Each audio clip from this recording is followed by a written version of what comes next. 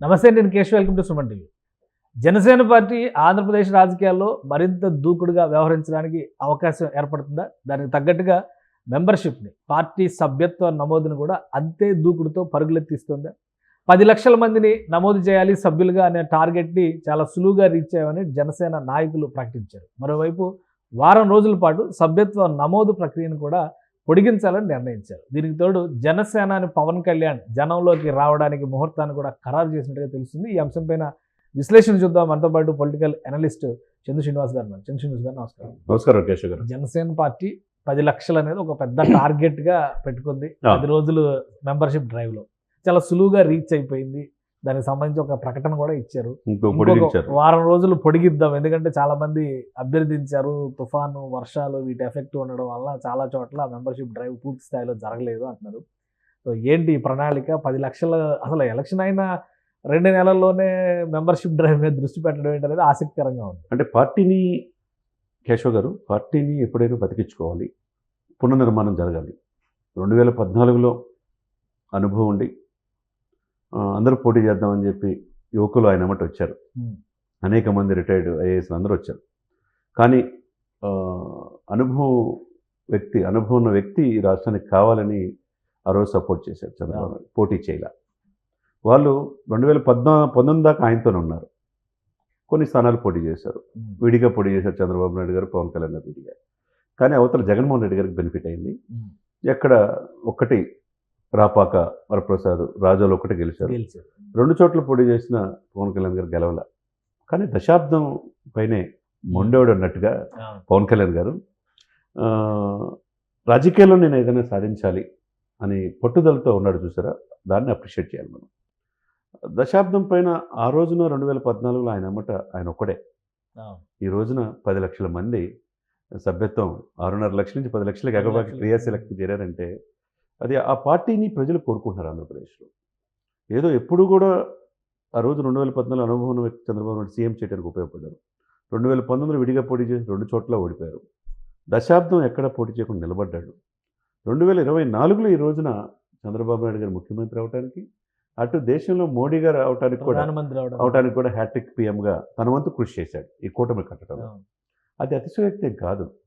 ఏ రోజైతే పవన్ కళ్యాణ్ గారు చూపిన ఈ మీడియా, కొన్ని సుమన్ లాంటి ఛానల్, యూట్యూబ్ ఛానల్ అన్నీ చూపించినాయి. కానీ శాటిలైట్ ఛానల్స్ అయితే ఆయన చూపించడానికి ఎక్కడో మెయిన్ స్ట్రీమ్ మీడియా ఆయన 50,000 మంది వచ్చినా ఎక్కడ 10,000 మంది తక్కువ కాకుండా వచ్చారు. లక్షలు వచ్చినా కానీ ఏదో 12 పేజీలు 13 పేజీలు చూపించేవారు. ఫ్రంటల్ మీడియాస్ పవన్ రాజకీయాలు పనికిరాడు అన్నారు. ఈ రోజున ఏంటి, మోదీ గారు పక్కన కూర్చున్న స్థాయికి ఎదిగాడంటే ఎక్కడ తొనకల్లా బెనకల్లా మీడియా తన సపోర్ట్ లేకపోయినా కొన్ని ఛానల్ సుమన్ లాంటి మిగతా సపోర్ట్ చేసిన, అంటే థర్డ్ జనరేషన్, అంటే 3వ ప్రత్యామ్నాయంగా పవన్ కళ్యాణ్ ఎదుగుదల కోసం నాలాంటి వాళ్ళు ఎంతోమంది కూడా ఎదురు చూశారు. పవన్ రాజకీయాల్లో స్వచ్ఛమైన రాజకీయాలు తీసుకోవాల్సిన ఆశించారు. తప్పలేదు కదా. ఈ రోజున 100% స్ట్రైక్ రేట్తో రావటం, అంటే ఎప్పుడు కూడా ఒక సపోర్ట్ చేస్తే ఒక వ్యక్తిని ముఖ్యమంత్రి చేయడానికేనే ఉంటాడా, ఫ్యూచర్లో ముఖ్యమంత్రి అవుతాడనేది కూడా కొంతమందిలో ఉంది. ఈ రోజు ఎప్పుడైతే చంద్రబాబు నాయుడు గారు తనకు అనుభవం ఉన్న రాజకీయాల్లో పవన్ కళ్యాణ్ గారు పక్కన పెట్టుకొని సహ ముఖ్యమంత్రిగా, ఉప ముఖ్యమంత్రిగా ఆయనతో పాటు ప్రభుత్వ కార్యాలయాల్లో ఉండాలని ఒక గుడ్ మూవ్, సాంప్రదాయానికి శ్రీకారం చుట్టాడు. ఆశ అనేది ఉంది, ఫ్యూచర్లో పవన్ కళ్యాణ్ గారు సీఎం అవుతారని. ఆశ క్షేత్రస్థాయిలో ఉండాలంటే గ్రామ స్థాయిలో ఈ జనసేన పార్టీని ముందుకు తీసుకెళ్ళాలి. క్రియాశాలకు సభ్యుడు ఉంటే కదా మిగతా కార్యకర్తలు ఐడియాలజీ, సిద్ధాంతాలు జనానికి చెప్పే అవకాశం ఉంటుంది. కాబట్టి తప్పులేదు. అది ఎవరు ఊహించలా. ఇక్కడ సంబరాల్లో మునిగిపోతారు అనుకున్నారు. కానీ ఎక్కడ కూడా ఆయన ఈ రోజు కూడా ఒక విజయోత్సవ ర్యాలీ కూడా పాల్గొనలా. క్షేత్రస్థాయిలో దాదాపు 50 రోజులైనా ఇప్పటికి కూడా 10-15 గంటలు శ్రమిస్తానే ఉన్నాడు. త్వరలో మీరు అన్నట్టు జనంలోకి వెళ్ళబోతున్నాడు. వెళ్ళే ముందు ఇది గుడ్ మూవ్, ఒక బూస్ట్ లాగా పనిచేస్తుంది. అంటే ఎవరు ఊహించిన విధంగా 10 లక్షలు రీచ్ అయ్యారు. అవుతారా లేదా అనుకున్నారు 6.5 లక్షల నుంచి. ఇంత వరదల్లో కూడా అయ్యారంటే మంచి ఆహ్వానించబడ్డారు. ఇంకో వారం రోజులు సభ్యత్వం నమోదు 5వ తారీఖు పొడిగించారు. ఎంతవరకు వెళ్ళొచ్చు? 15 లక్షల దాకా రీచ్ అవుతారు. 15 కాకపోయినా 12 లక్షలు దాటొచ్చండి ఇప్పుడున్న పరిస్థితుల్లో. ప్రతి ఒక్కళ్ళు చాలా చక్కగా నిజాయితీగా పనిచేస్తున్నారు. చేసిన తర్వాత మొన్న కూడా మనం చూసుకున్న 81 మంది కార్యకర్తలు చనిపోతే వాళ్ళు దాదాపు ఎన్ని కోట్ల రూపాయలు వాళ్ళకి ఇచ్చారు వాళ్ళ కుటుంబానికి. అంటే ఈ కొత్త ఇదికి నాంది పలికి. ఒకప్పుడు టీడీపీ ఉండేది, 45 లక్షల సభ్యత్వం ఎప్పుడు ఉండేది. అవును.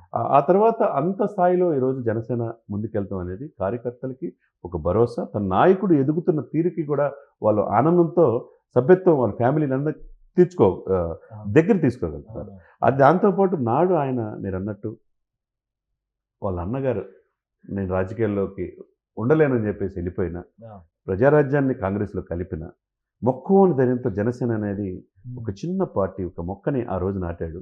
ఈరోజు దశాబ్దానికి ఆ ఫలాలు ఈరోజు ఆంధ్రప్రదేశ్ వ్యాప్తంగా విస్తరించింది అంటే చాలా గుడ్ మూవే కదా.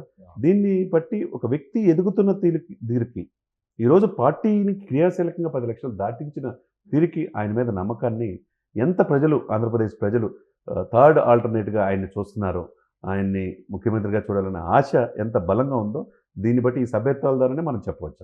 ఇంకోటి 5వ తారీఖుతో ఈ సభ్యత్వాల నమోదు గడువు ముగుస్తుంది. అవునండి. పవన్ కళ్యాణ్ గారు ప్రతి నియోజకవర్గంలో నేను పర్యటిస్తాను అన్న ఫలితాల తర్వాత చెప్పారు. అవును.